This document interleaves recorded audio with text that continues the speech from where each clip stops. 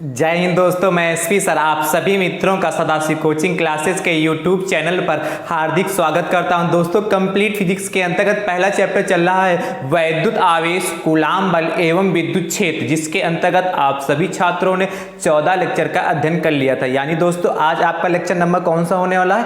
15। यानी कि दोस्तों आज आपका बेटा चैप्टर फर्स्ट का दोस्तों लेक्चर नंबर कौन सा होने वाला है? 15। इसके पहले आपने बेटा कितने लेक्चर का अध्ययन कर लिया है?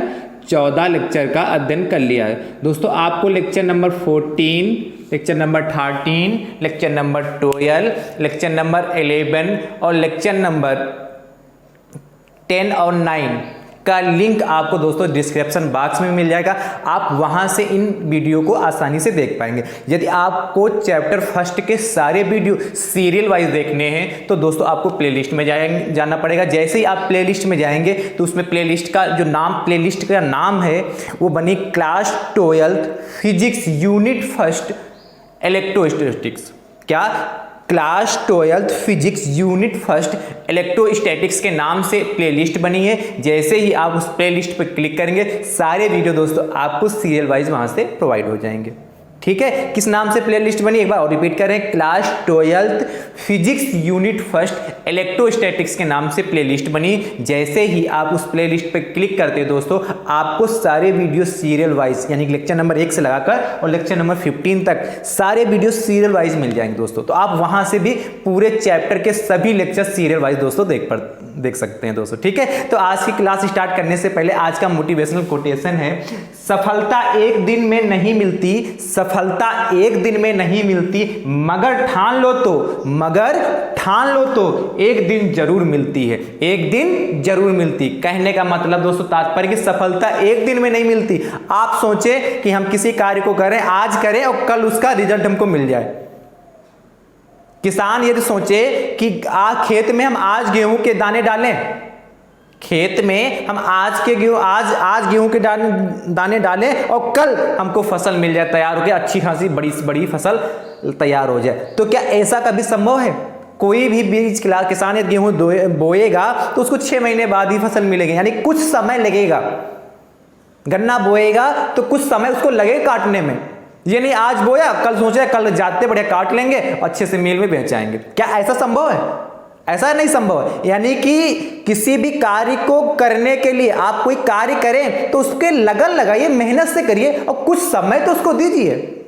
आप समय देना नहीं चाहते हैं, सोचते हैं हम 2 दिन काम करें, 2 महीने पढ़े, 3 महीने पढ़े और उसके बाद रख दिया बंद करके। किसी कंपटीशन की तैयारी कर रहे हैं, 2-3 महीना पढ़ा, अब नहीं हो पाएगा, ये निकल नहीं। अरे एक बार नहीं हुआ, दूसरी बार प्रयास तो करिए। यदि आप लगातार प्रयास करेंगे तो कैसे नहीं सफल हो पाएंगे? इसीलिए कहा सफलता एक दिन में नहीं मिलती है। आप लगातार जब उसमें लगे रहेंगे, लगातार मेहनत करते रहेंगे, उस कार्य को, उस पढ़ाई को, उस सब्जेक्ट को जो आपके समझ में नहीं आ रहा, जो आप करना चाहते हैं, उसमें यदि लगातार लगे रहेंगे तो क्या कहा, मगर ठान लो तो। यदि आपने ठान लिया है कि हमको ये करना ही करना है, हमको इस लक्ष्य को प्राप्त करना ही करना है, मुझे ये बनना ही बनना है, मुझे इस सब्जेक्ट को अच्छे से पढ़ना ही पढ़ना है, तो कोई माई का लाल नहीं जो आपको रोक पाए। सिर्फ आपको मन के अंदर अपने मन मस्तिष्क को मजबूत करना है और अंदर से जितने भी नकारात्मक विचार हैं उनको बाहर निकालना और सकारात्मक सोचना है। और जितना आप सकारात्मक सोचेंगे और जितना आप अपने आप में ठान लेंगे कि ये मुझको करके दिखलाना है,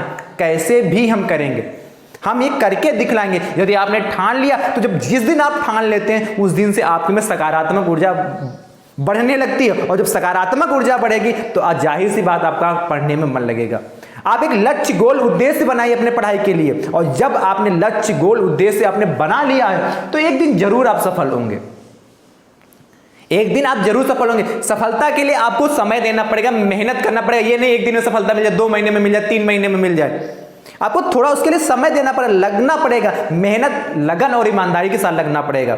यदि आप मेहनत लगन और ईमानदारी के साथ किसी भी कार्य को लगते हैं, सिर्फ पढ़ाई का ही नहीं रहे, यदि आप कोई बिजनेस भी कर रहे हैं या आप कोई भी कार्य कर रहे हैं, घर का कार्य कर रहे हैं, बाहर का कर रहे हैं, कोई भी कार्य किसी भी कार्य को करो तो मेहनत लगन और ईमानदारी के साथ करो। वो कार्य इतना आपको सुख देगा जब कंप्लीट हो जाएगा जिसका कुछ जवाब नहीं। आप इतना प्रसन्न होंगे उस कार्य को करके इसलिए पढ़ाई आपका समय, इस समय क्या पढ़ाई करने का, तो सिर्फ आप पढ़ाई पे इस पे ध्यान दीजिए, वो भी लगन और ईमानदारी और मेहनत के साथ। यदि आप पढ़ाई को ईमानदारी के साथ करेंगे तो 100% आज का आपका ईमानदारी से की हुई पढ़ाई आगे चलकर आपके बहुत काम आने वाली है। आप आज आपको ये नहीं लग रहा होगा कि आज की हम ये पढ़ाई कर रहे हैं तो आगे क्या होगा, कैसे करें, इतनी पढ़ाई, इतने सब्जेक्ट, कैसे क्या पढ़ें। यदि आपने इसको आज अपने मन में ढाल लिया कि हमको पढ़ना है, करना है, क्योंकि आपके माँ बाप अदर कार्य तो आपसे करवाते नहीं, सिर्फ आप पढ़ाई पे इस समय, और इस समय यदि आप पढ़ाई पे ही हैं तो उस पढ़ाई को अच्छे से निभाइए, तो उस पढ़ाई को अच्छे से करिए। तो और यदि आप उस पढ़ाई को अच्छे से करते हैं, यानी कि आप शुरुआत से पढ़ते, कक्षा एक नर्सरी केजी से पढ़ते इतने दिन आ गए, तो कुछ दिन का समय बचा है, इंटर तो आपका है ही है, कुछ दिन और पढ़ाई करिए और अच्छे से सक्सेस हो जाइए, जीवन आराम से जिए, मस्ती के साथ जिए, आप भी खुश हो, आपके माँ बाप भी खुश हो और आगे आने वाली आपकी पीढ़ी भी प्रसन्न रहेगी, यदि आप इस समय अच्छे से ईमानदारी और लगन के साथ मेहनत कर लिए। क्योंकि अब आपको ज्यादा मेहनत नहीं करनी, आप थोड़ा समय इधर मेहनत कर लीजिए, 4-5 साल और अच्छे से मेहनत कर लीजिए, कहीं ना कहीं पे आपका क्या हो जाएगा, फिट हो जाएंगे, कहीं ना कहीं आप लग जाएंगे, अच्छे से आप कार्य कर ले जाएंगे। इसीलिए आपको ईमानदारी, लगन और मेहनत के साथ ही पढ़ना है, और कभी भी पढ़ाई करना है आपको, किसी भी कार्य को, पढ़ाई ही नहीं, यदि किसी भी कार्य को करना है तो मेहनत मेहनत मेहनत ही जरूरी है। मेहनत के बिना इस दुनिया, इस संसार, इस पृथ्वी लोक में कुछ भी संभव नहीं। इसे सफल होने के लिए आपको मेहनत करनी है। एक दिन में सफलता नहीं मिलेगी, और जब एक दिन में सफलता नहीं मिलेगी, लेकिन मिलेगी जरूर एक दिन, एक दिन में सफलता नहीं मिलेगी, लेकिन यह मैं निश्चित कहता हूं, यदि आप लगन, ईमानदारी और मेहनत और धैर्य के साथ किसी भी कार्य को करेंगे तो 100% एक दिन आपको सफलता जरूर मिलेगी। इसीलिए बहुत अच्छी लाइन है, बहुत सुंदर लाइन है, कहा इन लाइनों को समझिए, इनके अर्थ को समझिए, इनके भाव को समझिए और 100% इनका फॉलो करिए तो 100% आपके सफल हो जाएंगे। कहा सफलता एक दिन में नहीं मिलती, हमने कहा सफलता एक दिन में नहीं मिल सकती, लेकिन एक दिन मिलेगी जरूर। ये मान के चलिए सफलता एक दिन में नहीं मिलेगी, लेकिन एक दिन जरूर मिलेगी, 100% मिलेगी, यदि आप लगन के साथ लगे रहेंगे, ईमानदारी के साथ लगेंगे, धैर्य के साथ आप कार्य करते रहेंगे तो 100%, यदि आप ईमानदारी, लगन और मेहनत के साथ पढ़ते रहेंगे तो 100% दोस्तों आप सफल होंगे। ठीक है दोस्तों, तो इसी जोश तथा इसी उमंग के साथ आज की क्लास स्टार्ट करते हैं, और आज आपको क्लास के अंत तक एक नई खुशखबरी मिलने वाली है। आज आपको क्लास के अंत तक खुशखबरी दोस्तों मिलने वाली है। सोच रहे होंगे क्या, आप पूरी क्लास अटेंड करिए फिर खुशखबरी बताते क्या आज की खुशखबरी है। ठीक है, आज आपको खुशखबरी एक मिलने वाली है, जैसे क्लास समाप्त होने वाली होगी आपको क्लास समाप्त होने से पहले बताएंगे। ठीक है, तो आज की क्लास का जो मुख्य टॉपिक रहने वाला, ये भी बेटा लॉन्ग में पूछा जाता है 5 नंबर के लिए, ये भी प्रूफ आपके लिए मोस्ट इंपॉर्टेंट है। ठीक है, जो आज का भी प्रूफ मोस्ट इंपॉर्टेंट आपके एग्जाम में खूब पूछा जाता है। ठीक है, तो आज की क्लास का जो मुख्य टॉपिक है, हेडिंग डालते हैं दोस्तों, लिखिए बेटा, वैद्युत क्षेत्र में मोस्ट इंपॉर्टेंट टॉपिक है बेटा, वैद्युत क्षेत्र में वैद्युत द्विध्रुव को, वैद्युत क्षेत्र में वैद्युत द्विध्रुव को, वैद्युत क्षेत्र में वैद्युत द्विध्रुव को घुमाने में किया गया कार्य,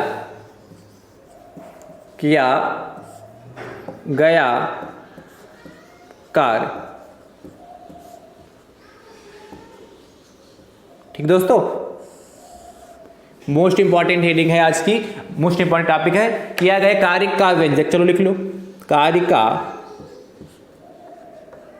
व्यंजक, कार्य का व्यंजक। ठीक है, आपको वैद्युत क्षेत्र में, यहां मेरा कर लीजिए बेटा, छूट गया, वैद्युत क्षेत्र में वैद्युत द्विध्रुव को घुमाने में किया गया कार्य का व्यंजक। क्या वैद्युत क्षेत्र में, आपके वैद्युत क्षेत्र में एक वैद्युत द्विध्रुव रखा है, उसको घुमाने में कितना कार्य करना होगा उस पर हम चर्चा करेंगे। क्या वैद्युत क्षेत्र में वैद्युत द्विध्रुव को घुमाने में किया गया कार्य का व्यंजक आपको दोस्तों चाहिए। ठीक है, तो वैद्युत क्षेत्र में एक वैद्युत क्षेत्र लेंगे, कल भी बताया था आपको, उस वैद्युत क्षेत्र को जैसे ही हम लेंगे तो उस वैद्युत क्षेत्र को उसमें क्या रखेंगे, एक वैद्युत द्विध्रुव रखेंगे, उसको फिर हम घुमाएंगे और घुमाने में जितना मुझे कार्य करना पड़ेगा उस पर हम चर्चा करेंगे दोस्तों। तो सबसे पहले दोस्तों आप चित्र बनाएंगे। क्या बनाएंगे? सबसे पहले दोस्तों चित्र बनाएंगे, और जब तक हम चित्र बनाएं तब तक आप लोग बनाएंगे नहीं, सिर्फ आप मोबाइल या लैपटॉप की स्क्रीन पर सिर्फ देखते रहेंगे। चित्र जैसे बन जाता है तब आप बनाएंगे। ठीक दोस्तों, यदि आप चित्र समझ गए तो आप आगे का प्रूफ बहुत आसानी के साथ कर लेंगे, और यदि आप बेटा चित्र नहीं सीख पाए तो आगे का प्रूफ करने में दिक्कत आएगी। इसलिए चित्र को बड़े ही ध्यान के साथ आपको देखना है, समझना है, तभी आप आगे का कार्य अच्छे से कर पाएंगे। आगे का जो प्रूफ है वो आपको समझने में आसानी होगी। तो सबसे पहले चित्र देखेंगे। सबसे पहले का वैद्युत क्षेत्र में, तो सबसे पहले एक वैद्युत क्षेत्र बनाते हैं, एक समान वैद्युत क्षेत्र बनाते हैं सबसे पहले बेटा। तो ये हो गया बेटा हमारा एक समान वैद्युत क्षेत्र बना रहे हैं, देखते रहिएगा बेटा।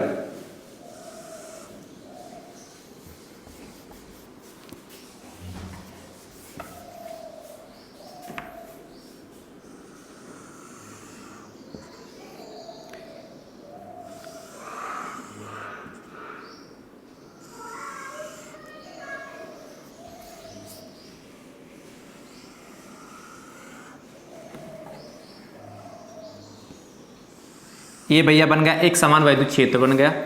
ठीक है, और कितनी भी खींच सकते हो, उससे कोई फर्क नहीं पड़ता कितनी लाइनें हम खींच रहे हैं।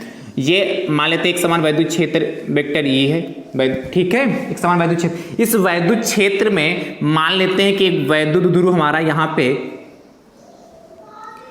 ए बी रखा है, ये यहाँ से यहाँ पे, इस पे ये थोड़ा हल्का सा हम डार्क कर दे रहे हैं। ये एक समान वैद्युत क्षेत्र में एक वैद्युत द्विध्रुव कौन सा रखा बेटा, ध्यान से समझिएगा इसको, बहुत ध्यान से। ये हमने इतना डार्क कर दिया। अब तो आपको दिखाई पड़ा, नहीं पड़ा, थोड़ा और डार्क कर दें, चलो हल्का सा डार्क और कर दे रहे हैं। ये एक समान वैद्युत क्षेत्र हो गया जिसमें एक वैद्युत द्विध्रुव कौन सा रखा है, ए और बी। इतनी बात समझ गए?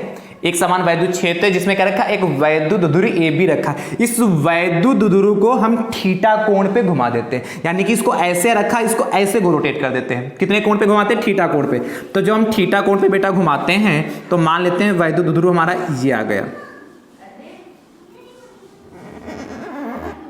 थीटा कोण पर घुमाने पर मान लेते हैं ये वैद्युत द्विध्रुव हमारा आ गया। ये इस वैद्युत द्विध्रुव जो ए बी था इसको हमने थीटा कोण पे घुमा लिया, तो मान लेते हैं ये हमारा एक वैद्युत द्विध्रुव यहाँ पे बन जाता है। ठीक है, इस समान लंबाई का जितना बड़ा ए बी है इसी को घुमा के ये बना लिया। तो ये मान लेते हैं हमारा एक वैद्युत द्विध्रुव घुमा दिया हमने थीटा कोण पर। कितने कोण पे बेटा घुमाया? थीटा कोण पर। ये एंगल कितना है? छोटा बड़ा लग रहा हो तो इसको सही कर लीजिएगा।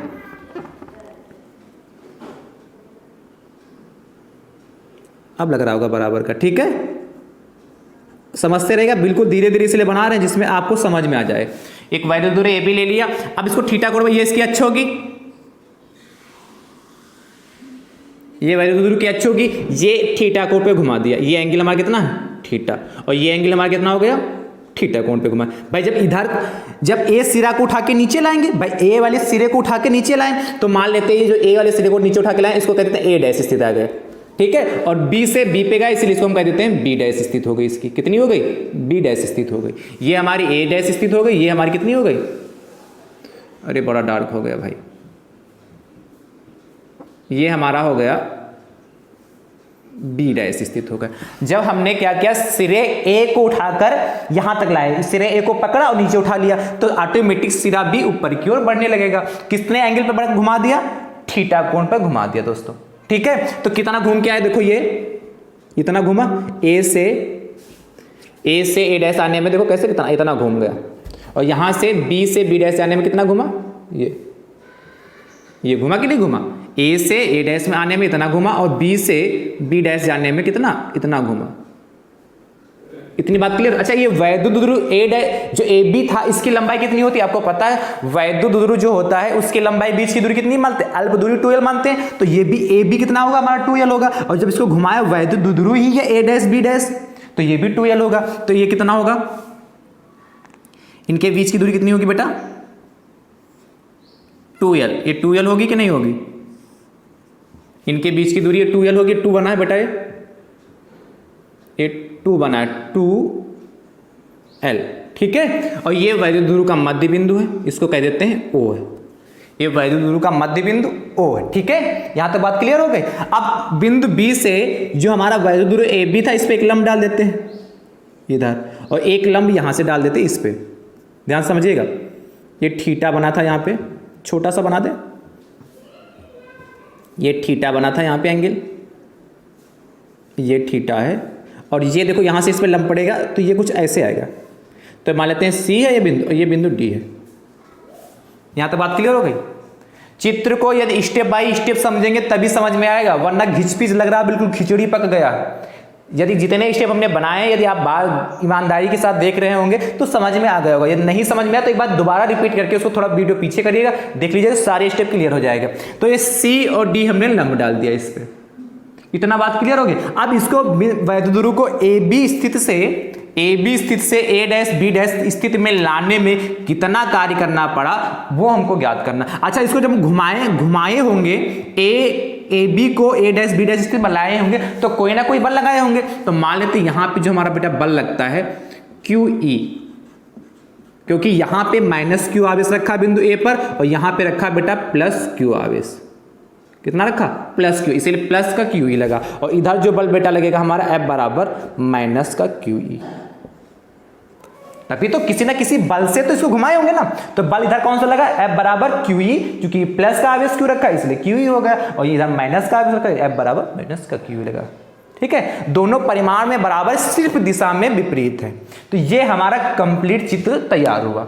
अब ज्ञात क्या करना है? कहा वैद्युत क्षेत्र में वैद्युत ध्रुव को, एक वैद्युत ध्रुव को घुमाने में किया गया कार्य। तो वैद्युत क्षेत्र में वैद्युत ध्रुव एक कौन सा रखा? देखिए कौन सा है, 2 वैद्युत ध्रुव। एक ही वैद्युत ध्रुव है AB, इसको हमने थीटा कोण पे घुमा दिया, यानी कि AB स्थिति से A डैश B डैश स्थिति में लाने में कितना कार्य किया गया है उसको हमें ज्ञात करना है, ठीक है। तो ये चित्र आप बना लीजिए, कंप्लीट चित्र होगा। इसके बाद लैंग्वेज इसकी बता देते हैं, फिर प्रूफ कराते हैं। ये चित्र आप समझ गए होंगे तो लैंग्वेज और प्रूफ में कोई दम नहीं, बहुत आसानी के साथ हो जाएगा। चलिए करिए फटाक से, बनाइए चित्र फटाक से।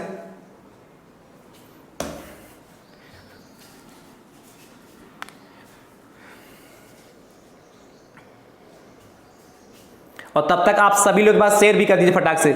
जितने लोग वीडियो देख रहे हैं वो फटाक से एक बार शेयर करिए दोस्तों। आप एक बार जम के शेयर करिए दोस्तों। यदि आपको वीडियो आज की क्लास आपको समझ में आ रही हो तो दोस्तों जम के शेयर करिए। और जितने लोग देख रहे हैं एक बार लाइक जरूर कर दीजिए, कि आपका लाइक, आपकी संख्या हमारा लोगों का प्रोत्साहन बढ़ाती है, ठीक है, हमारा प्रोत्साहन बढ़ाती है कि हाँ हमारे दोस्त, हमारे मित्र इतने ईमानदारी और लगन के साथ देख रहे हैं, तो मुझे और मेहनत करनी चाहिए, इनको अच्छे से अच्छा और मैटर प्रोवाइड करना चाहिए।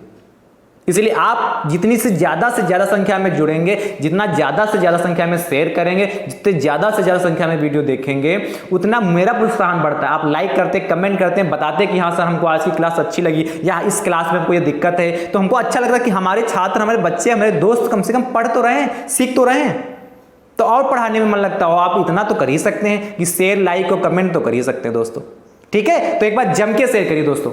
तो मुझे उम्मीद है आपने चित्र को बना लिया होगा। लैंग्वेज कैसे लिखेंगे? देखो, माना एक वैद्युत ध्रुव AB, कौन सा? AB। माना एक वैद्युत ध्रुव AB एक समान वैद्युत क्षेत्र E में रखा है। माना एक वैद्युत ध्रुव AB एक समान वैद्युत क्षेत्र E में रखा है, ठीक है। वैद्युत ध्रुव को थीटा कोण पर घुमाया जाता है। देखो थीटा कोण पर ही तो घुमाया गया, पर ये भी थीटा ही बना है। आपको शायद छोटा लग रहा हो, लेकिन आप देख लीजिए थीटा बना है, और डार्क कर दिया। तो डार्क करने पर सर और दिखाई नहीं पड़ा ना। चलो हम हल्के से मार्कर वाले से बना देते हैं। चलो इसी से बनाते हैं, हल्का सा छोटा सा। ये थीटा है, ठीक है। तो क्या माना एक वैद्युत ध्रुव AB एक समान वैद्युत क्षेत्र में थीटा कोण पर रखा है, ठीक है, एक समान वैद्युत क्षेत्र ई में थीटा कोण पर रखा। जब वैद्युत ध्रुव ए बी एक समान वैद्युत क्षेत्र ई में रखा है जिसे थीटा कोण पर घुमाया जाता है। कितने कोण पर घुमाया जाता है? थीटा कोण पर घुमाया जाता है, तब वैद्युत ध्रुव की स्थिति ए डैश बी डैश स्थिति में आ जाता है। तब वैद्युत ध्रुव ए डैश बी डैश स्थिति में आ जाता है। बस इतनी लैंग्वेज लिखनी है। लिखिए फिर और समझा देंगे एक बार और। देखिए, माना एक वैद्युत द्विध्रुव, लिखते लैंग्वेज साथ में लिख लीजिए आप। माना एक वैद्युत ध्रुव ए बी एक समान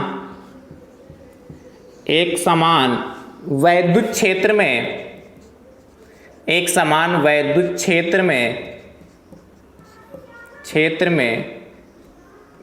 वैद्युत क्षेत्र ई में कर लो, एक समान वैद्युत क्षेत्र ई में रखा है।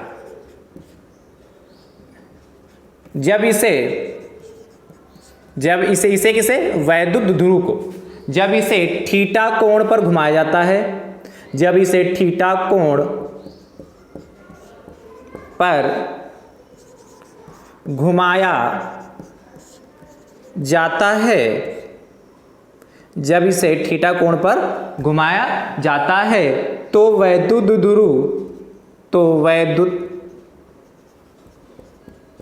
द्विध्रुव ए डैश बी डैश स्थिति में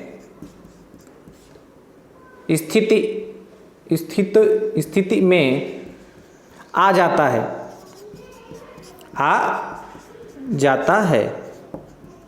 ठीक है, वैद्युत द्विध्रुव को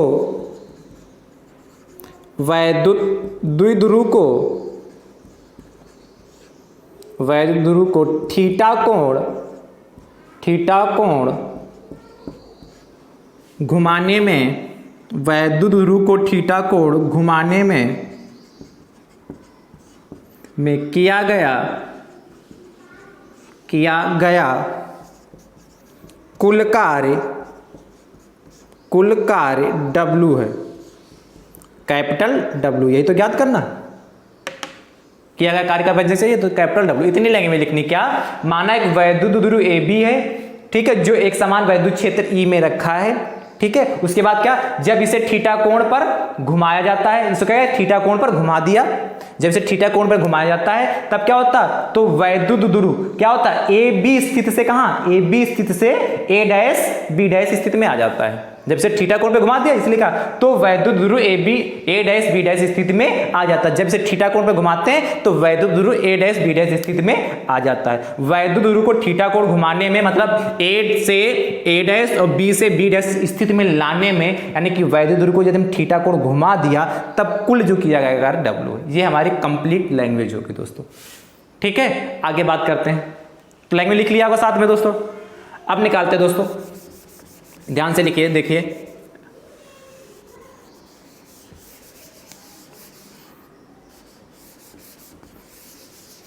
बस लैंग्वेज लिख गए तो फिर आगे बहुत आसान है।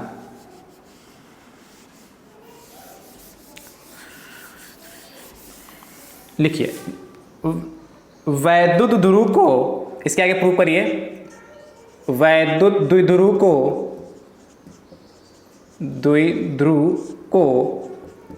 बिंदु B से B डैश, वैद्युत ध्रुव को बिंदु B से B डैश या A से डैश तक कर लो। चलो A से डैश कर लेते हैं, पहले इसको कर लो। वैद्युत ध्रुव को A से, बिंदु A से A डैश, वैद्युत ध्रुव को देखो बिंदु A से A डैश तक लाने में किया गया कार्य हमको निकालना। पहले वैद्युत ध्रुव को बिंदु A से बिंदु A डैश तक लाते हैं, तो यहां से यहां तक A से A डैश तक लाने में कितना कार्य किया गया उसकी बात करते हैं। तो लिखिए, वैद्युत ध्रुव को बिंदु A से A डैश तक लाने में किया गया कार्य। और बेटा कार्य बराबर आपने पढ़ा होगा फर्स्ट ईयर में, कार्य बराबर होता बल गुणे विस्थापन। तो मान लेते हैं W1 कार्य किया गया, A से A डैश तक लाने में किया गया W कार्य, तो कार्य बल, बल कितना बेटा होता है हमारा F मान लेते हैं, और गुणे विस्थापन, तो विस्थापन देखो बेटा कितना हुआ, यहां से पहले वैद्युत ध्रुव AB रखा था, यहां पे रखा था, लेकिन जब इसको घुमा दिया तो वैद्युत ध्रुव कहां, यहां पर आ गए, तो विस्थापन कितना बेटा हुआ, AC ही तो हुआ। ये बात समझे, जब वैद्युत ध्रुव बेटा पहले कहां रखा था, यहां AB स्थिति में रखा था, समझते रहिएगा, AB स्थिति में रखा, अब इसको हमने क्या किया, रोटेट कर दिया, जब रोटेट कर दिया तो वैद्युत ध्रुव को इतना नीचे विस्थापित हो गया ना, तिरछा होगा, जब तिरछा होगा तो डिस्टेंस से क्या होगी, ये यहां तक पहुंच जाएगा, तो ये यहां से यहां तक इतना ही तो विस्थापन हुआ, AC, इसलिए AC लिख दिया, समीकरण नंबर 1 हो गया। बात क्लियर हो गई। इसी प्रकार देखना बेटा, वैद्युत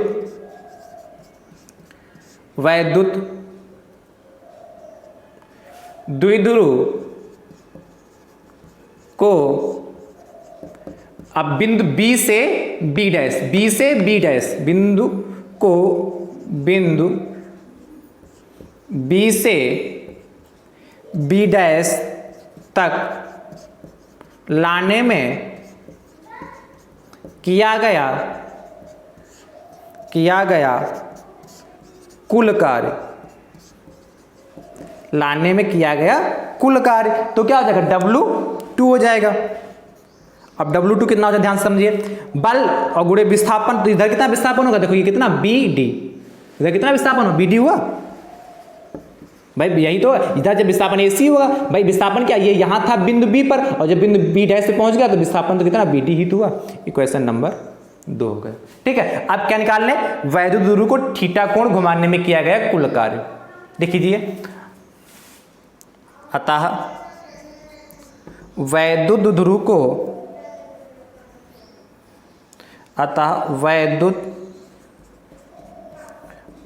द्विध्रुव को थीटा कोण घुमाने में, अतः वैद्युत ध्रुव को थीटा कोण घुमाने में किया गया कुल कार्य कितना माना था आपने, W माना था ना, किया गया कुल कार्य W बराबर W1 प्लस का W2। ठीक है भाई, A से A डैश लाएं तब W1 हुआ, और B से B डैश लाएं तो W2 हुआ, इन दोनों को जोड़ दें कुल कार्य आ जाएगा। तो W बराबर, ध्यान से देखिएगा बेटा, W1 की वैल्यू कितनी, F इंटू AC है भाई, यही तो है, और प्लस का W2 की वैल्यू कितनी, F इंटू BD, तो F इंटू कितना हो गया, BD होगा। अब यहाँ भी F, यहाँ भी F, तो F कॉमन हो जाएगा, तो W बराबर बेटा कितना, F कॉमन हो गया, तो ब्रैकेट में कितना बचा जाएगा, इंटू AC प्लस का BD बचा जाके, AC प्लस का BD बचा जाके। देखिए बेटा, देखो कि चूंकि AC बराबर है बेटा BD के, AC किसके बराबर है, BD के। आप सोच रहे हो सर ये कहां से आ गया, ये देखो AC, ये वाला जो AC दिखाई पड़ रहा है यहाँ BD के बराबर, क्यों, क्योंकि जब हम वैद्युत ध्रुव को A से A डैश स्थिति में लाएंगे तो उतना ही इधर क्या B से B डैश स्थिति में जाएगा, जितना ये नीचे की ओर जाएगा उतना ही तो ऊपर की ओर जाएगा।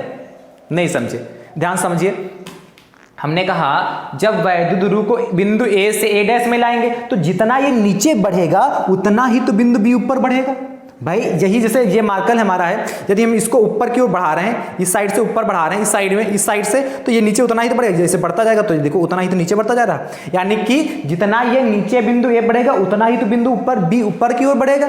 इसलिए इनके बीच जो विस्थापन होगा बराबर होगा कि नहीं भाई, जितना ये नीचे जा रहा है उतना बिंदु B ऊपर जा रहा है, तो इनके बीच जो विस्थापन AC बराबर किसके हो जाएगा, BD के, इसलिए विस्थापन AC बराबर विस्थापन BD हो जाएगा। दोस्तों आप बात समझ में गए क्या, अब बात समझिए ध्यान से, तो जहां पर AC वहां पे हम BD यूज कर सकते हैं, कोई समस्या, तो देखिए बेटा हमारा क्या हो जाएगा, यहाँ पे W बराबर F इंटू AC के स्थान पे क्या यूज करें, BD, तो BD और प्लस का कितना BD, तो देखो यहाँ भी BD है और यहाँ भी BD, तो BD इंटू BD 2BD हो गया, यानी कि W बराबर बेटा हमारा क्या बना जाएगा equation, F into 2BD, equation number 3 हो गई।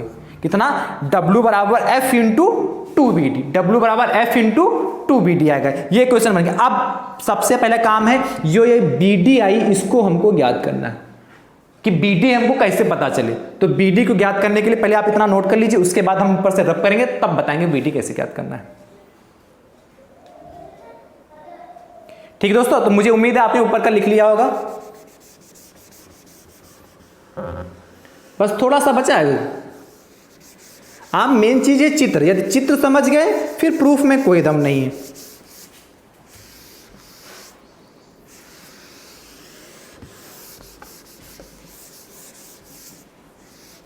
कल एक बच्चे का कमेंट आया था, कह रहा था सर आप बहुत स्लो पढ़ाते हैं। तो बेटा कहने का स्लो इसलिए पढ़ाते हैं कि आप सभी छात्रों के प्रूफ जितना हम कराएं, जो थ्योरी कराएं या प्रूफ कराएं, आपको अच्छे से समझ में आ जाए। स्लो फास्ट से कोई फर्क नहीं पड़ने वाला, आपका सिलेबस टाइम से हो जाएगा। आप ईमानदारी के साथ सिर्फ पढ़ते रहिए, सिलेबस कंप्लीट कराने की वो हमारी जिम्मेदारी है, ठीक है। तो आपका सिलेबस टाइम से कंप्लीट हो जाएगा, आप सिर्फ ईमानदारी के साथ पढ़िए। हम स्लो इसलिए पढ़ाते हैं, हर स्टेप को ये कराना चाहते हैं तो बहुत जल्दी प्रूफ हो जाए, प्रूफ बहुत जल्दी हो जाए। हम इसलिए इतना समय लेते हैं कराने के लिए कि आपको हर स्टेप हर लाइन क्लियर होनी चाहिए, कहां से कौन सी चीज आई, इसीलिए हम इतना समय लेते हैं प्रूफ को कराने में। और एक प्रूफ एक दिन में इसीलिए कराते हैं, कराना चाहे तो हम 2 प्रूफ करा सकते हैं। जो हम प्रूफ 30 मिनट का या 40 मिनट का एक प्रूफ कराते हैं, उसी में हम 30-40 मिनट में 2 प्रूफ आपके बेटा हो जाएंगे निकल। फिर आपको समझने में दिक्कत आएंगी, आधी बातें उसमें छूट जाएंगी। इसलिए हम इतना स्लो पढ़ाते हैं कि आपको लगता हो सकता स्लो हो, लेकिन यदि आप इस हिसाब से पढ़ रहे होंगे, यदि ईमानदारी के साथ देख रहे होंगे, तो आपको ऐसा कोई भी स्टेप नहीं है जो समझ में नहीं आ रहा होगा। इसीलिए इतने स्लो धीरे धीरे पढ़ाते कि आपको सारी बातें आपके दिमाग में बैठ जाएं। स्लो और फास्ट का कोई फर्क नहीं पड़ेगा, आपके दिमाग में कितना बैठता है वो आप मायने रखेगा। आपका सिलेबस टाइम से कंप्लीट हो जाएगा, लेकिन आप ईमानदारी के साथ देखते रहिए। बस इतना काम आप ईमानदारी के साथ देखिए, पर डे नोट्स बनाइए और शेयर करते रहिए। इतना यदि आप काम करते रहेंगे तो आपका सिलेबस भी टाइम से हो जाएगा। पर डे आप पढ़ते रहिए, बस आपका सिलेबस कंप्लीट हो जाएगा, ठीक है। चलिए, तो भैया जिन्होंने कमेंट किया था उनको जवाब मिल गया होगा, ठीक बेटा। चलिए यहां कहते हैं W बराबर F इंटू 2BD आया। अब हमारा काम क्या है, BD की वैल्यू निकालनी, ध्यान समझिएगा। कितना, सिर्फ लास्ट वाली क्वेश्चन रख रहे हैं, B और D की वैल्यू निकालनी। तो BD की वैल्यू निकालनी, देखिए समकोण, आपको त्रिभुज दिखाई पड़ा होगा, समकोण त्रिभुज, ध्यान से देखिएगा, समकोण त्रिभुज कितना, ODB डैश में, OBD डैश में आपको दिखा, ये देखो O, ये O हो गया, ये D हो गया, रख के OD कर लो पहले, OD सही तो है, अच्छा हाँ यहाँ एक मिनट, OD और B डैश में ऐसे करो, ODB डैश में, ठीक है। अब ये चूंकि लंब डाले थे ना B डैश से, इस पे वैद्युत रूप में लंब डाले थे, तो इसीलिए 90 डिग्री होगा कि नहीं, तो समकोण त्रिभुज हो जाएगा। इसमें बेटा हमको क्या निकालना, BD निकाला। तो बेटा देखो आप जानते हो कास्ट थीटा, कल ही बताया था लाल बटे कक्का वाला फार्मूला, जिसने नहीं लिखा हो तो लिख लेगा फटाक से। साइन, जो पुराने छात्रों को उनको याद हो गया होगा, cos tan, sine theta cos theta tan theta, theta लगा लीजिएगा, कॉट सेक और कॉसेक, ये होता है। हमको चाहिएगा कास्ट थीटा, तो कास्ट थीटा वाला क्या होता है, ए फॉर आधार, के फॉर कर्ण और एल फॉर लंब। तो कास्ट थीटा वाला कितना, आधार बटे कर्ण, तो आधार बेटा हमारा कितना है, OD, यही तो आधार है, तो आधार OD हो गया, और बटे कर्ण 90 के सामने की भुजा क्या होती, कर्ण, ये यहाँ पे 90 होगा, ये वाला जहाँ पे ये वाला 90 होगा, तो 90 के सामने की भुजा कर्ण कितनी हो जाएगी, OB डैश हो गया। इतनी बात क्लियर हो गई, यहाँ तक बात समझ में आई, कोई समस्या। आप ध्यान से देखिए, तो कास्ट थीटा बराबर OD, देखिए कितना, OD तो हमको ज्ञात ही करना है, OD हमको पता नहीं तो OD लिख लिया, और OB डैश देखिए, OB डैश देखो बेटा, ये टोटल हमारी 2L है भाई, ये टोटल हमारी A डैश B डैश कितनी है, 2L है, वैद्युत ध्रुव है, और इसका O क्या मध्य बिंदु है, तो O से B डैश कितना L हो जाएगा भाई, इधर L इधर L तभी तो 2L होगा, तो ये कितना हो जाएगा, L हो जाएगा, यानी कि O डैश B डैश कितना L हो गया, यानी कि OD वाला कितना हो गया हमारा, L cos थीटा होगा। कोई समस्या यहाँ तक, ठीक है। अब हमको चाहिए क्या, BD चाहिए थे ना, BD दिखा, तो BD को निकालने के लिए बेटा देखिए, BD को हम ये लिख सकते हैं, BD को OB माइनस का OD, क्या BD बेटा हमारा इतना है, देखिए ये इतना BD है, इसको हमने क्या किया, OB में से OD निकाल लिया। नहीं समझे, जैसे हमने कहा ये हमारा कितना, देखो ये O था यहाँ पे, ये हमारा B है और यहाँ पे हमारा D है, हमको चाहिए क्या BD, ये चाहिए ना, BD चाहिए। तो यदि हम पूरा OB ले लें, इतना सा पूरा ओबी ले लिया, ओबी से ओडी निकाल लिया तो बचेगा तो बीडी। भाई टोटल हमारा ओबी है, ओबी से यदि हम ओडी निकाल लें तो बीडी बचेगा। नहीं समझे? चलो एक तरीके से, ये 5 सेंटीमीटर टोटल हमारी, ठीक है। ये मान लेते हैं ओडी हमारी 2 मान लेते हैं 3 सेंटीमीटर है।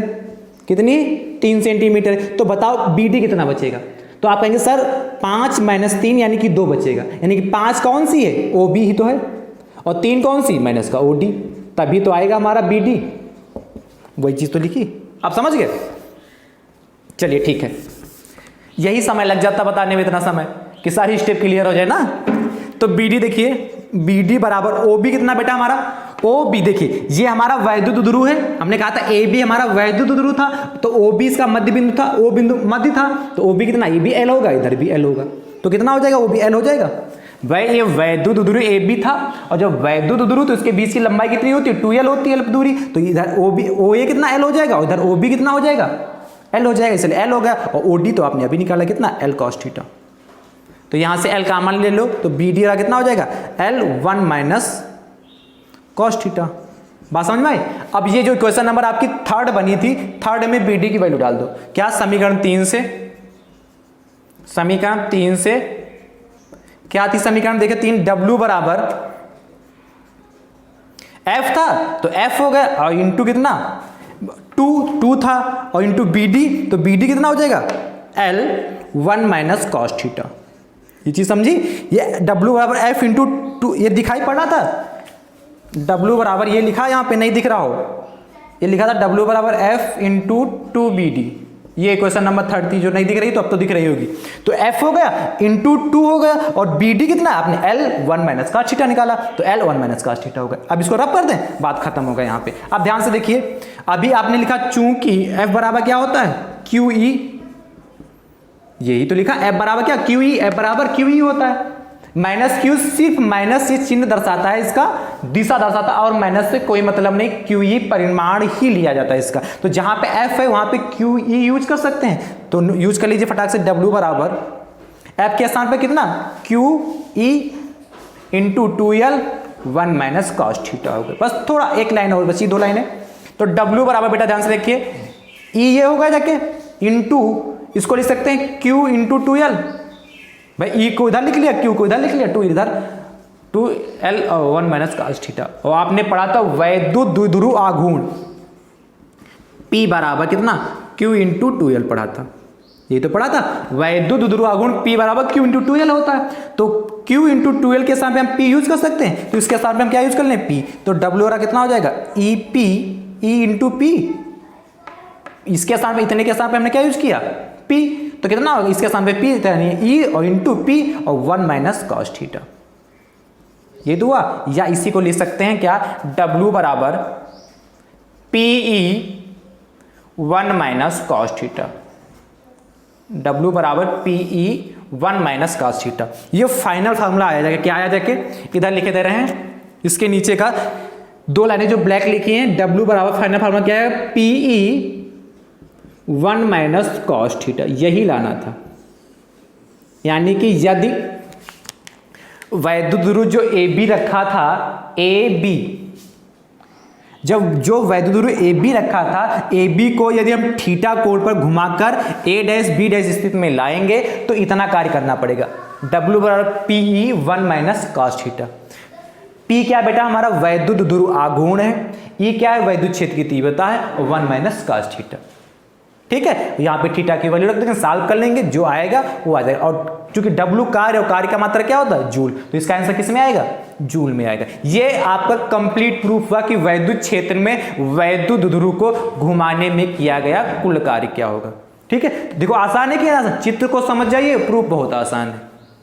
ठीक है दोस्तों, इसके बाद इसके 2 केस सीखने हैं आपको, 2 केस इसके बाद बता देते हैं, ये कंप्लीट प्रूफ आ जाएगा। और बेटा ये इंपॉर्टेंट है, हम आपको बोल भी चुके हैं कितना है, मोस्ट इंपॉर्टेंट प्रूफ है, 5 नंबर में आता है। कहिए तो हम इसी के आगे लिख भी देते हैं, मोस्ट इंपॉर्टेंट। ठीक है, 5 नंबर में पूछा जाता है। तो ये हो गया बेटा, इसके 2 केस हैं, जैसे कल पढ़े थे 2 केस, ऐसे आज 2 केस पढ़ने इसमें। खुशखबरी याद है? अभी बताएंगे, प्रूफ कंप्लीट हो जाए तब खुशखबरी बताते फटाक से। लिख लिया ना बेटा इसके नीचे का? ठीक है, तो केस फर्स्ट में लिखिए बेटा,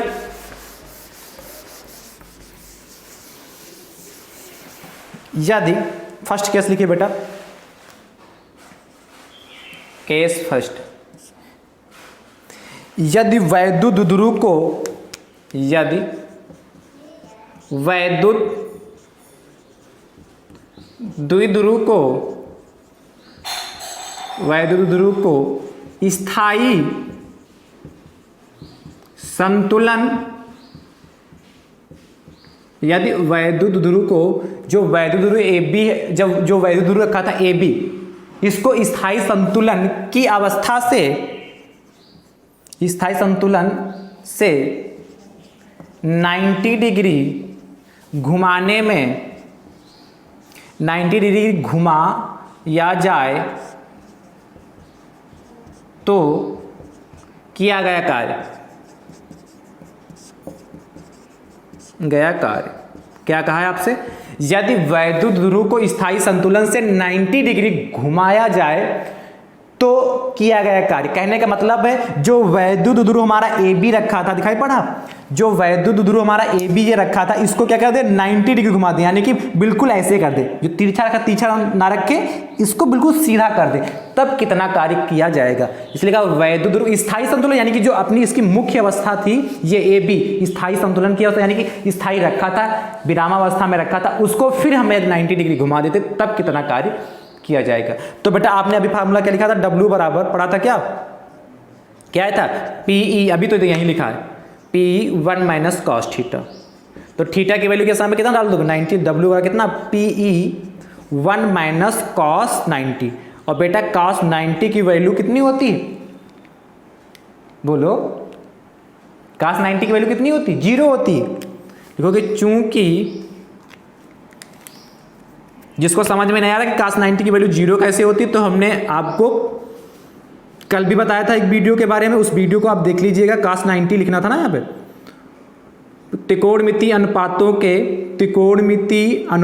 के कोणों के मान ज्ञात करना, ये वीडियो बनाई, छोटी सी वीडियो, इसको देख लीजिएगा तो आपको पता चलेगा cos 90 बराबर 1 आया कहाँ से। 1 क्या, 0 होता है बेटा cos 90 की वैल्यू, ठीक है, कितनी होती, 0 होती, तो cos 90 के साथ कितना रख देंगे, 0, तो W बराबर कितना हो जाएगा, ध्यान से देखिए, PE और 1 माइनस कितना, cos 90 के साथ कितना, 0 हो जाएगा, तो यहाँ पे 0 हो जाएगा। अब इनकी आपस में मल्टीप्लाई कर लो तो कितना हो जाएगा, 1 में से 0 जाएगा तो 0 बचेगा, 1 में से 0 जाएगा तो 1 बचेगा, और 1 की मल्टीप्लाई P से करेंगे तो W बराबर PE, W बराबर कितना, P, यानी कि यदि वैद्युत द्विध्रुव को क्या कर दें हम, लंबवत स्थिति में, यानी कि 90 डिग्री घुमा देंगे तो कितना कार्य करना पड़ेगा, W बराबर P, ठीक है, नोट कर लो बेटा फटाक से। फिर केस सेकंड की बात करते हैं, इसी में लिखे दे रहे हैं केस सेकंड, आप भी रफ करके लिख लीजिएगा, अरे आपको तो नए सिरे से लिखना पड़ेगा ना। अब यदि वैद्युत ध्रुव को स्थायी संतुलन से 180 डिग्री घुमा देते, जहां पे 90 था वहां पे कितना कर देना, 180 डिग्री केस सेकंड में घुमाया जाए तो किया गया कार्य, ठीक है। तो W इसी को बता रहे हैं, यदि इस बार 180 डिग्री घुमा देते हैं तो कितना कार्य किया जाएगा, उस पर बात करते हैं। तो बेटा ध्यान से देखिए, W बराबर आपने क्या पढ़ा था, PE क्या है था अभी, PE 1 माइनस कॉस थीटा, इस बार थीटा रहा कितना है, 180 डिग्री, तो W रहा कितना हो जाएगा, PE 1 माइनस कॉस 180, और बेटा cos 180 की जो वैल्यू होती है वो बेटा होती है -1, लिखोगे चूंकि cos 180 डिग्री बराबर होता है -1, तो जहाँ पे cos 180 है माइनस का, वीडियो को देखिएगा सारी बातें क्लियर हो जाएंगी वहाँ से, ठीक है। तो ध्यान से देखिए W बराबर कितना हो जाएगा, PE 1 माइनस cos 180 के साथ -1, तो कितना -1 हो जाएगा ये, ठीक है। तो W बराबर PE, ये देखिए ये 1 हो गया और माइनस माइनस प्लस तो 1 हो गया, 1 + 1 कितना 2, तो W बराबर कितना हो जाएगा 2P। यानी कि यदि हम वैद्युत ध्रुव को 180 डिग्री कोण पे घुमा दें, यदि कितना, वैद्युत ध्रुव को पहले 90 डिग्री पे घुमाया तब हमारा कितना आया था, W बराबर PE आया था, और यदि वैद्युत ध्रुव को 180 डिग्री घुमा देंगे तो बेटा कितना आ जाएगा 2p कार्य करना पड़ेगा। p क्या है? वैद्युत ध्रुव आघूर्ण, e क्या है? वैद्युत क्षेत्र की दीप्तता। यानी कि 180 डिग्री घुमाने का मतलब क्या? पहले ए बी रखा था, इसको घुमा के ऐसे ले आए तो b इधर हो जाएगा, a इधर हो जाएगा, ठीक है। 180 डिग्री यदि इसको हम घुमा दें तब मुझे कितना कार्य करना पड़ेगा? w बराबर 2p। तो ये कंप्लीट प्रूफ आपका इतना हुआ जाके दोस्तों, इसमें आपको 5 नंबर मिलने वाले हैं। कितने नंबर मिलेंगे? 5 नंबर। क्या प्रूफ है? वैद्युत ध्रुव को थीटा कोण, वैद्युत क्षेत्र में वैद्युत ध्रुव को थीटा कोण पे घुमाने में, क्या लिखा था? वैद्युत क्षेत्र में वैद्युत ध्रुव को घुमाने में किया गया कार्य का व्यंजक।